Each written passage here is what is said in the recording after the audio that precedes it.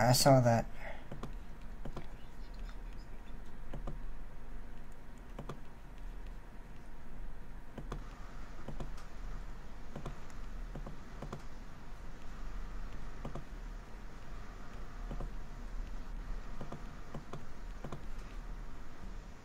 So now, hello everybody, welcome to the first ever live stream at Coaster Talk Podcast.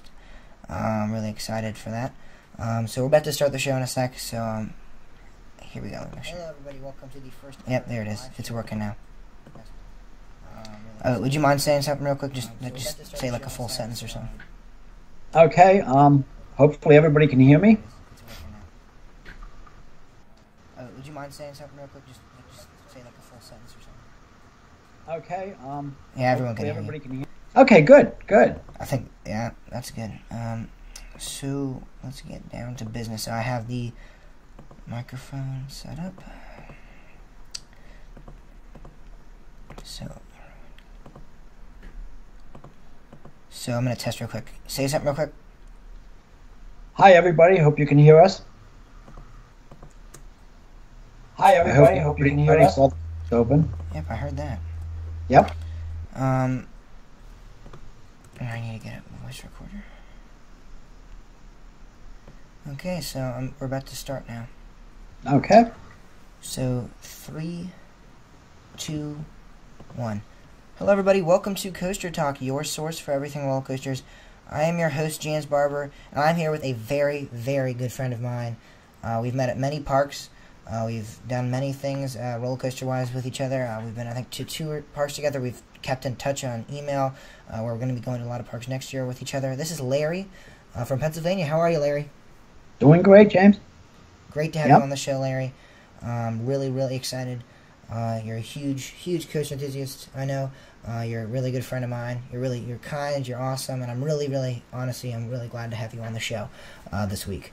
So, we're going to get into our first topic of the day, or our first segment, which is called Attraction News.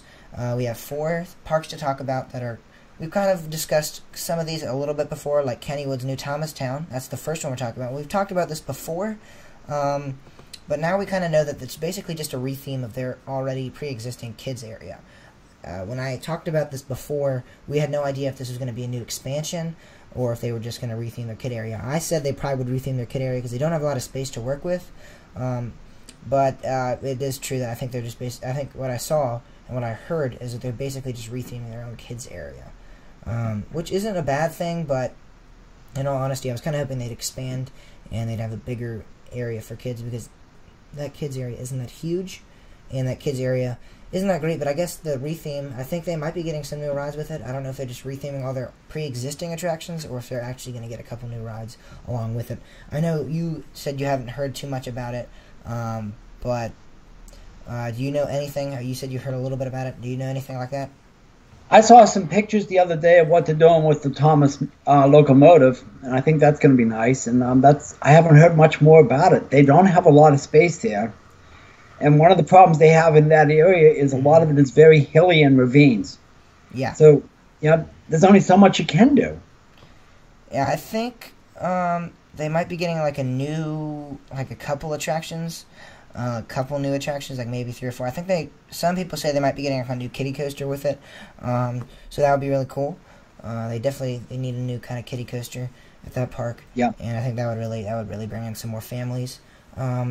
So I think they said they might be doing that. But now, for Kennywood, let's also talk about the new coaster that they are rumored to get for 2019. You said you know a lot about this. I know a little bit about this. I know they're trying to go down that hill. They're trying to... what I've heard is they're trying to work with RMC, but you said that you heard that RMC is pulling out. Yeah, what I heard is that RMC looked at what they had in mind there and determined that they didn't want to be involved in that one. It sounds like they're moving more toward a solid steel coaster, which kind of makes sense going down that back hill all the way down to the bottom. I think it probably makes more sense as to what you can maintain. True. Yes, I definitely agree with that. I thought RMC, I think they could use their new like Raptor T-Rex track, the single rail track. I thought that's what they were going to do there for sure. I actually thought they were going to do that. Doesn't I was seem. hoping. Yeah, I was Yeah. hoping that too. It doesn't seem like that. Like you said, doesn't seem to be the case. So that kind of is a bummer. I was kind of hoping because that would probably be like the only single rail coaster that I could ride in the time being. So I was kind of crossing my fingers for that. But sadly, it does not, like you said, look to be that way, which kind of sucks. But in a way, it's also, I hope if it's a good steel coaster, I hope it's something like B&M, maybe, Intamin. I hope it is like a launched steel coaster, because that's one thing they don't really have, is like a good launched coaster. They have their old classic wooden coasters, which are fantastic for, how old they are. They have Phantom's Revenge, which is an amazing roller coaster, and one of my favorites. And that's awesome. Skyrocket is not that good at all. I don't know. Do you agree with that? Have you been to Kennywood in the past couple years with Skyrocket? Yeah, I've been there about a year ago, and Skyrocket was I wasn't impressed. Yeah. The first launch and the top hat are awesome, but then the rest of the route is kind of bland. Yep. And I think I heard from somebody that they're thinking about taking that out. I have not heard that, but I would not be upset by that whatsoever. It's not that great of a ride. I don't think it costs that much. I think it only costs like maybe $5 million, something like that, $4 million, something like that. So it's not like and they could probably sell it used, yeah. You could sell it, and then that area of land could be used for another attraction. A good thing, I don't know why. I was kind of disappointed by this. I know that they had a drop tower called Pittsburgh Plunge there, and I think I don't know why they got rid of that. That looked like a really good drop tower. Did you ever get to ride that? Yeah, we rode it a couple times, and it was a really nice one. Gave you a good view of everything there. Yeah, and that's why I'm kind of wondering why they took that out. I'm not a huge fan of Black Widow. Like, I like it, but it's not that huge of a, attraction. I like it, but I don't. Yeah, I like it. I don't think it's anything special. Yeah, it's nothing. I don't know. I think a drop tower is definitely better. So maybe, I think in the future they should be trying to look at new drop towers, because I think they definitely need a cool drop tower there. That would be a huge ride for me to go there. But back to kind of get to the roller coaster, we are thinking it's going to go down that hill. You say it could be very well steel. I'm thinking steel. I've heard that some people say they might work with like GCI on it, since GCI is good with working like with terrain. So that would be cool. I would really enjoy that a lot. But I definitely think a steel coaster, like you said, is better to maintain and all that. And they already have, those 3 wooden coasters, so they might be trying to look at something else other than a steel coaster. So I think a good launched, like, roller coaster, something like Maverick or something, that could actually go down a hill. Like Maverick, you could see going down like a pretty big hill, or something like a type like that, like an Intamin launch coaster. Because I mean, I know they have Skyrocket as a launch coaster, but I don't even really count that, because that launch is okay. The top hat's pretty okay, and then the rest of the ride's just kind of bland. Yeah, I'm not sure they really need a launch coaster on the hill, because they'll probably do a little bit like they did with Thunderbolt, and take advantage of that it's going to start on top of the hill and take advantage of dropping down the hill as the beginning. That could be a possibility. They already have that though, so I don't know if they could. That could be like, maybe like they could make like a steel version of that kind of. I don't know. I'd be interested to see, because they have a lot to work with. They don't have that many rides there, so they can choose from anything they want. Yeah. They don't have like. It's not like a Six Flags or Busch Gardens park where they have like a bunch of roller coasters. So, Busch Gardens, Williamsburg, they can't do a dive coaster. They already have one. So they have and they can really pick from they can pick anywhere out of the bucket. You can just pick anything you want.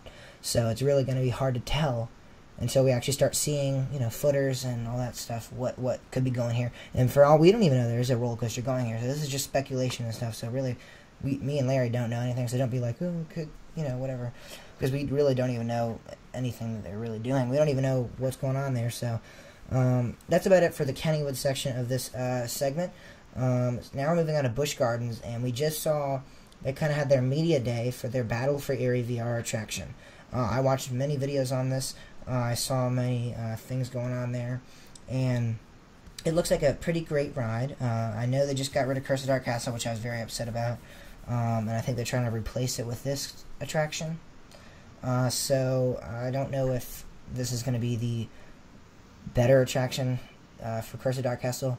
I think Curse of Dark Castle is still going to be, in my heart, better. I don't know. I know you got to ride Curse of Dark Castle. Were you at all upset by their decision to get rid of that? I was surprised that they decided to get rid of it, because it seemed to be very popular when I was down there.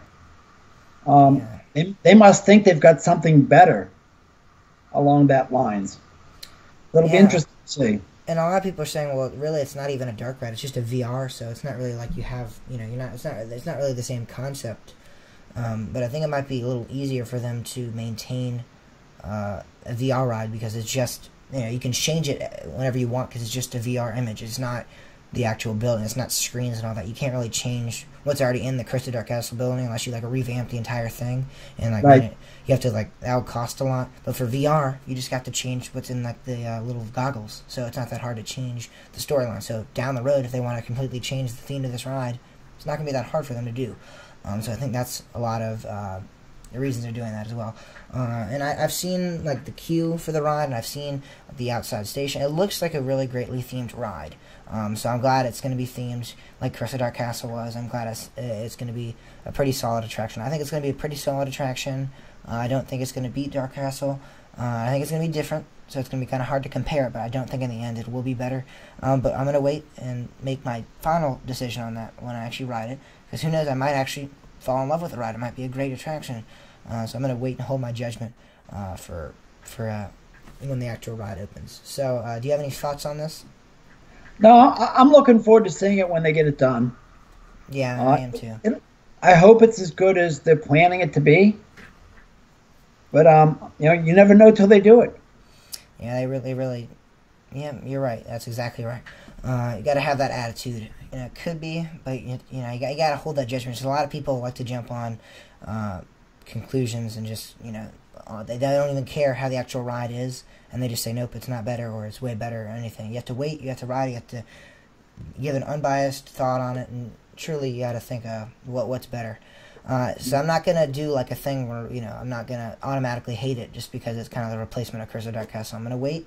I'm going to ride it. I'm gonna see how it is. I'm gonna give my full thoughts on it as if it had nothing to do, like it's not even at my home park. I'm not gonna think about Crystal Dark Castle. I'm just gonna ride it, and I'm gonna see which one is better. Mm-hmm. So that's about it for Busch Gardens. That looks like a pretty great ride. Even if the ride itself isn't that good, the theming of that ride looks really great. And, honestly, Europe in the Air wasn't that great of an attraction, so this is going to be a good replacement for that. So the next park we're talking about is SeaWorld, and how their CEO, Joel Manby, has stepped down at a kind of a weird timing, because they're starting to do better with the whole Blackfish thing, and how people are getting mad about how they were treating the animals. They're starting to do a little bit better. They're starting to theme rides to the animals instead of making shows about them. They're starting to make it more of you learning about the animals than them doing tricks for you and all that. So I think it's kind of a weird time to step down, especially because they're starting to do better. I was surprised at that. Financially, they're doing better. My bet is he was at disagreement with the board on what direction they're going on something, and they've either pushed him out or he's decided he doesn't want to support it. That's a good point right there, yeah. I definitely think that it has probably something to do with it. It really surprised me, though. Like I said, they're doing so much better. You think they could have worked that out, but there probably was a bigger issue than just, than just what's going on. I think there's probably a disagreement somewhere. Which kind of sucks because, I would like them to keep the same guy that's been around the parks for a while and then just bring someone new and he doesn't really know as much about the parks. But they probably are going to get someone from down low, like director or something like that, so I can come up and become the CEO. I'm excited to see who the CEO is, and hopefully he'll start to, I hope they keep the same direction they're going in so that the SeaWorld parks, maintain that good, style they're going in, because they're doing a good thing right now. They're starting to, like I said, divert from that kind of Blackfish thing to making their rides more themed to animals, making the animals experiences more than the animal shows. Mm-hmm. So I think they're doing a good thing right now, and hopefully they continue with their new CEO on that path. Yeah, the last time we went, I thought it was great that you could get in and experience the animals much better now. Yeah, that looks great. And I like how well themed. And a lot of people are saying that Busch Gardens parks could become. The SeaWorld parks should become Busch Gardens parks. And I don't know about that. I don't know if that's truly gonna happen. That would be kind of cool. But I don't know. That's kind of a weird transition. I think that would be really cool. Like I said, it could be themed to Africa, South America, Antarctica, something like that, Asia. But I don't really know if I believe that's gonna happen. it'll be interesting to see what does happen there. You know, you've got the Busch Gardens parks, you've got the SeaWorld parks. Financially, I think they're both doing pretty well right now. Will they really compete against Six Flags, Disney, and Cedar Fair? Probably not. Does somebody want them to? I'm not sure they're capable of it. I think at this point, yeah, they're not financially looking. They're looking good, but they're not looking like Cedar Fair, Six Flags level yet. I think in the past couple of years they will. In the past couple of years they have. But I think when the future comes, I don't know if they're going to be able to compete, like you said, with them, because they need to step up their game roller coaster wise and attractions in general. The Busch Gardens parks are doing pretty well with them, but SeaWorld I don't think has that many attractions. And when people go to theme parks, they want to ride attractions. I mean, if I want to I'll go to the zoo or something to look at animals, for a lot of that. So a lot of people want to have rides there to ride and you're going to pay, because you pay a lot to get into SeaWorld parks and stuff. And really, there's not that many attractions there. And I think a lot of people want some more attractions there. I think they're going to need to start getting some more attractions in their park for them to become capable of competing with Cedar Fair and SeaWorld and Six Flags and all those other great chains. Well, I think if they go in the direction of doing something like teaming up with the Busch Gardens parks, if you go way back, King's Dominion used to have animals. Mm-hmm. A bunch of others used to have animals. The only one that still has a lot of animals is Six Flags in New Jersey. Yep, and the SeaWorld parks. That's kind of it. Yeah. Yeah. I mean, it's cool that they have animals, and I'm not saying there's anything wrong with that, but I think they do need to start getting more attractions. To call yourself an amusement park, you really need to have amusement rides. Yes. So I think that needs to be something that they look on. I'm not saying you need to fill the park like Cedar Point, like 80 attractions, but I think a good 20 attractions would be good. I don't even think they have that much. I think they have like the ride. They have the couple. Like Orlando has like 3 coasters, and they have their, I think, maybe 10, 15 flat rides. So they're around 20, but they need to kind of pop up with some more attractions in the future. I'm not even saying roller coaster wise, because there are some parks that don't have that many roller coasters, but they need to get some new attractions, get some more unique attractions, just in order so they can climb back up and become one of the better theme parks in the U.S. Because they still are, theme park wise, actually they're doing well, but amusement park wise, they need to start getting some more amusement rides. Yep. So, but you got to be careful with that, because originally there was a SeaWorld in Ohio, and Six Flags bought Geauga Lake and combined the SeaWorld and the amusement park and turned it into Six Flags something. I don't remember what they called it. And it bombed. And then Cedar Fair bought it from them because they didn't want anybody else to get it because it was so close to their parks for competition, and closed it down. Yeah, and I think they could have kept Geauga Lake up. Which kind of sucks. I think that was like one of the largest amusement parks in the world at the time. And it kind of sucks because I think SeaWorld could have kept that ride up and running, which kind of sucks. But to get back to SeaWorld, I think, like I said, they could get some more attractions in their parks. I think that could really be something they look forward to doing. And I mean, even if they don't, they still need to go in the same direction that they're going in with the more animal like shows and more of an animal learning experience. And I think they could definitely make that into their rides. Put that into their rides. Make some attractions that are themed about learning about the animals. I think that would be really awesome. Mm-hmm. So now we are on to Carowinds, and Carowinds has announced that we already know about their hotel, but now we're hearing, and this is off Screenscape here, that Carowinds is there's another new attraction they're looking in for 2019, and this is a secret, like no one knows exactly what it is. So what I know here is, this is exactly off Screenscape, is that they're working on other plans for 2019 besides their hotel, like I said.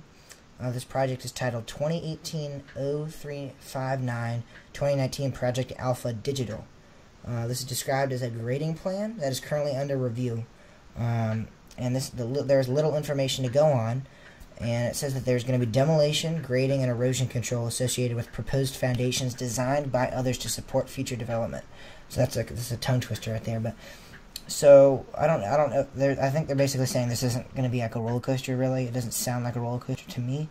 I don't. It could be, but I think this is going in like the South Carolina side of the park, because they're talking with the South Carolina side over there. So I don't know what this could be. I think this could be maybe like a new thing to go with their water park. Maybe something to do with that, or something to do with maybe their new kids area. I don't know if it's going to be a brand new roller coaster. I mean, they just got Fury a couple years ago. They're getting a new hotel. They're getting all this stuff. I don't know if we're going to be seeing a new roller coaster, just like a big roller coaster coming up at the park. Yeah. So now that's kind of my thoughts on that. Do you have any other thoughts on that? It's going to be interesting to find out. It was like, what, 4 years ago they built Fury? Yes, 2015. 2015? Yes. So, probably in about 2 years they may be looking at another one. I'm not sure what they'll be looking at, but it'll be interesting. Yeah, it would be. I'm really excited to see what they're doing. Like I said, I don't personally believe it's going to be a roller coaster. Could be. I'm not saying it's not, like, there's no way, but for me, I don't know if it's going to be a roller coaster, but I'm interested to see what they're looking at down there. So now, I'm excited for this. This is our topic segment we call Coaster Craze, and this is where we talk about things that are talked about widely about, and this is, for every coaster enthusiast, you have a best to worst list, and for Larry, he's going to talk about his top 5, and I have his top 5 here. I'll read them off, and then he'll explain kind of why he likes them so much. So number 1, you have X2, which is an awesome roller coaster built by Arrow. It's actually put them into bankruptcy, and so why do you like this attraction so much? It was originally a prototype that Six Flags talked Arrow in the building before they were ready to. And that's why it ran them costs that nobody could believe. My understanding is there's only 2 coasters like it in the world. We have one of them in the States. And the whole key thing on it is it's a 4-rail coaster, 2 rails for the train to ride on, and 2 rails to control the rotation of the seats. And what it does is allows you to come to a point where they take and turn the track under itself, and you're going forward and facing that point, and then suddenly it flips you, so now you're going backwards when you get down the bottom. They can do things manipulating those seats nobody else can do. And, it's always, unfortunately, a 3-hour wait to get on it unless you go with a group like Ace. But, my one daughter rode it with me. We waited 3 hours, and she got on, and she said, "Dad, I'll wait, and let's do it again." She thought it was that cool, because it is so unique. Pretty much discussion we've heard park managers say is that they won't build another one like that because it is so expensive to build. And there won't be another one like that, is what everybody's saying. It is just a very unique experience. Anybody who has not done it, I strongly recommend you do the 3-hour wait. Get there early and run over to it when the park gate opens, and you'll have less than 3 hours. But besides that, it's worth it. It's a unique experience. Okay, that's awesome. At number 2, you have Millennium Force at Cedar Point. Millennium Force has always been one of my favorites. It is a very smooth, very fast 300-foot coaster, and it was the first 300-foot coaster ever built. If you get in there early in the day, it's not a long wait. If you were there the very first week it opened, we got there an hour before the park opened. There was already a 9-hour line for it. And the flights into Cleveland, Ohio, increased about 5% with people coming in just to ride it because it was the first 300-foot coaster in the world. It's a wonderful ride because it is so smooth and so fast.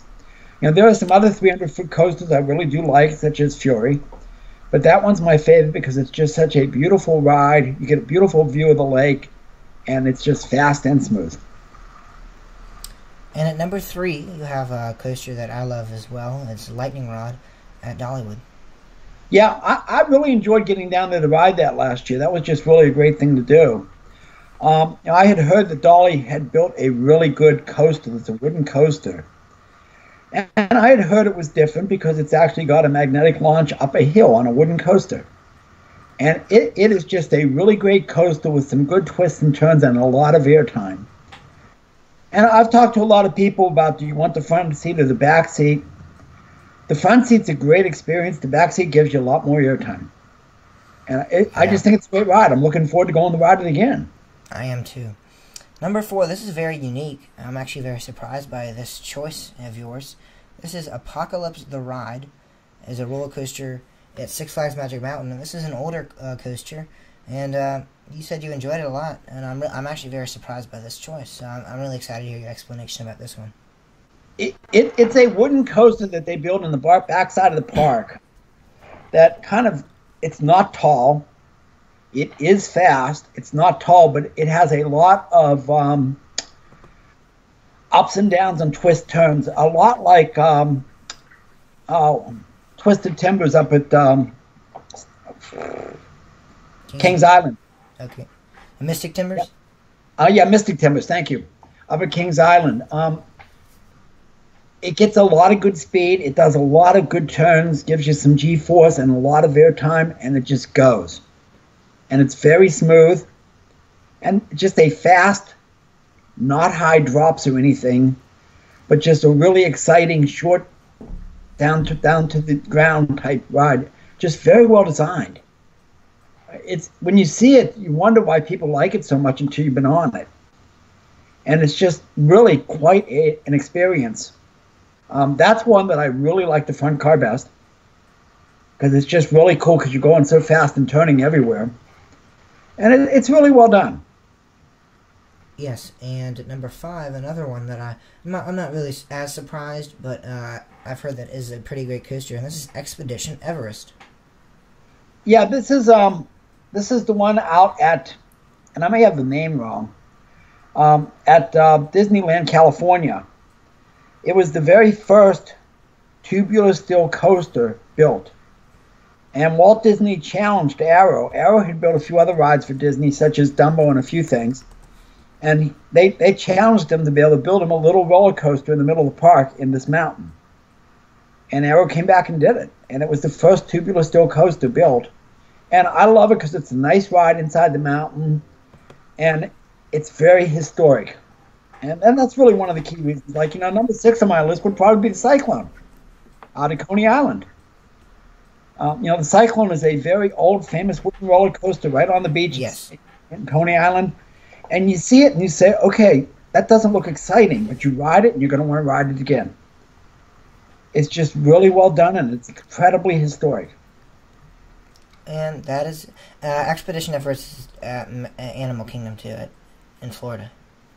But, yeah, okay. Yeah. The one out there is not Expedition Everest, and it's called something else. Because Expedition Everest is in Florida. You're right. I remember that now.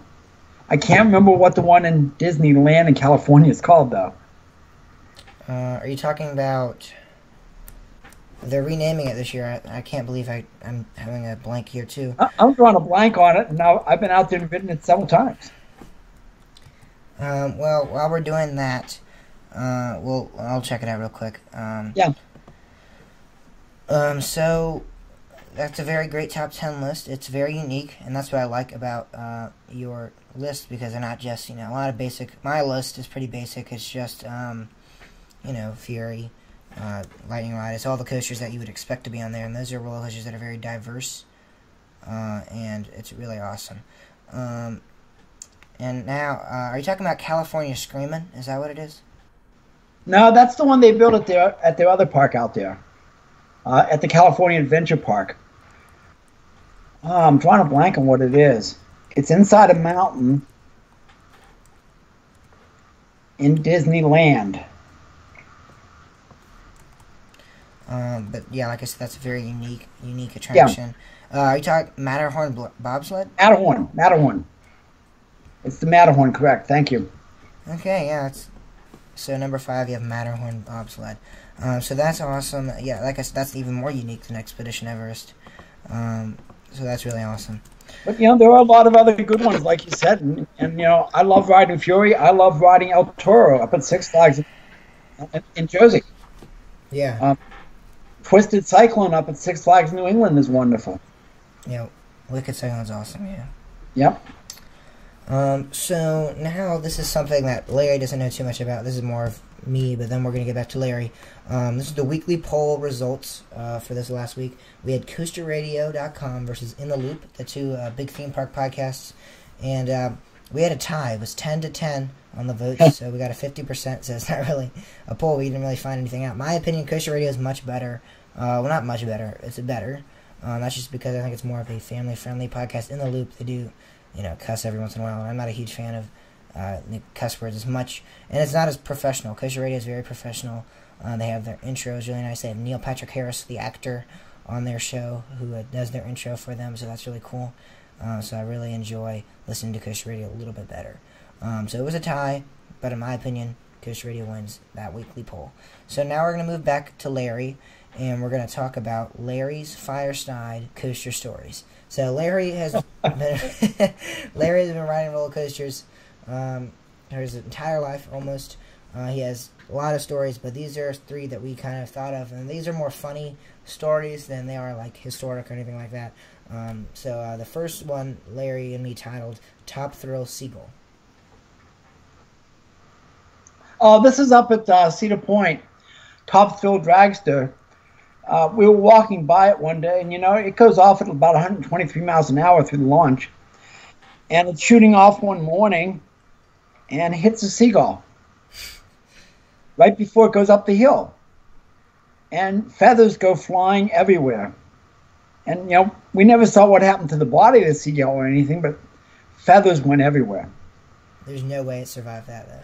It did not survive. You could tell because some of the people when it pulled into the station did have specks of blood on them a little bit. And I think the ones up in the front seat were really, really scared to death. Obviously they saw it hit. Yeah. That must be sad to see that, too. I wouldn't want to be on the train and hit it. Yeah. So that's a funny story. See, that's more of the stories where we do more funny, comical stories. And at number 2, Larry's Fireside Stories, we have special effects at Disney aren't that good. Yep. Are they? Yep. This is down at Expedition Everest. I'm riding it, and then I'm standing there next to it talking to my wife, and we hear some lady getting off saying, "Oh my God, I can't believe Disney special effects are so good. They made you really think you were going backwards at one time." And it is a switchback coaster. It does go backwards, but she really thought that was just special effects. That's pretty funny.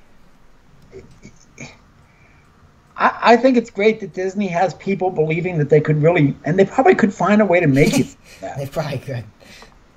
But she honestly thought it wasn't going backwards. Well, okay. Yep. Yeah, whatever you say. That's funny. You see, they definitely, Disney probably does have a lot of people that think that they could probably pull anything off. Like they could probably send people to the moon, and people think they're actually at the moon. I don't think they actually could do that. They could probably make it pretty close, but I don't know, actually feel like that. But they can do some pretty crazy stuff there. Yeah, I don't know if you guys have heard, but they're doing like a VR attraction down there where it's going to be, they have like this huge room, and you're going to go in there, have VR goggles, and you're going to like run around, and it's going to feel like you're like, I don't know if in space or something like that. I think it might be themed to Star Wars, so it might be space. So that's really cool. Yep. So next, in the final story of Larry's Coaster Stories, is an iPod at Hershey Park. Yeah, there was a situation about 2 years ago where I was up there with my kids, and me and my son were getting on the Wildcat, which is known to be a pretty rough wooden coaster. And, they make sure you're strapped in and the bars are down and you're not doing anything you shouldn't be. And there was this guy in the seat in front of us who pulls out his iPod to take pictures while he was on the coaster. And one of the ladies who was running the ride comes over to him and says, "Sir, you can't do that. If you would have dropped that, that would hit somebody in the face behind you." And the guy says, "Oh, you're right. Here, can you hold it for me?" And he hands it to her, and she takes it. Then he pulls out his iPad and holds it up in front of his face to take pictures. And, what do you say about somebody like that, I felt bad for her because she had to come back and get it from him too. But what was he thinking? I don't know. Wouldn't that be worse than an iPad? That would be worse getting hit with than an iPod. Oh God, yeah. I just can't believe that people do things like that without thinking. Yeah, I mean that was a pretty that was not that was I think he probably knew that was happening. I think he was just kind of hoping that it would not work, like maybe they wouldn't notice or something. Because there's no way Yeah. he would have said, you know, to himself, "Well, I can't bring this, but I'm going to bring the bigger version of it, and that'll be better." I mean, I don't know anyone that actually thinks that. So, those are some of the fireside coaster stories that Larry had for us, and that's about it for this week of Coaster Talk. Your source for everything roller coasters. It's been a lot of fun, Larry. I've enjoyed having you on the show. We had some great things to talk about, and I was really glad to have you on the show. So, thanks for joining us, everybody, and we will see you next week. Okay, thank you. That was awesome. That's good. Okay, so everybody on the live stream, thank you guys so much for watching too, and we'll see you next week as well.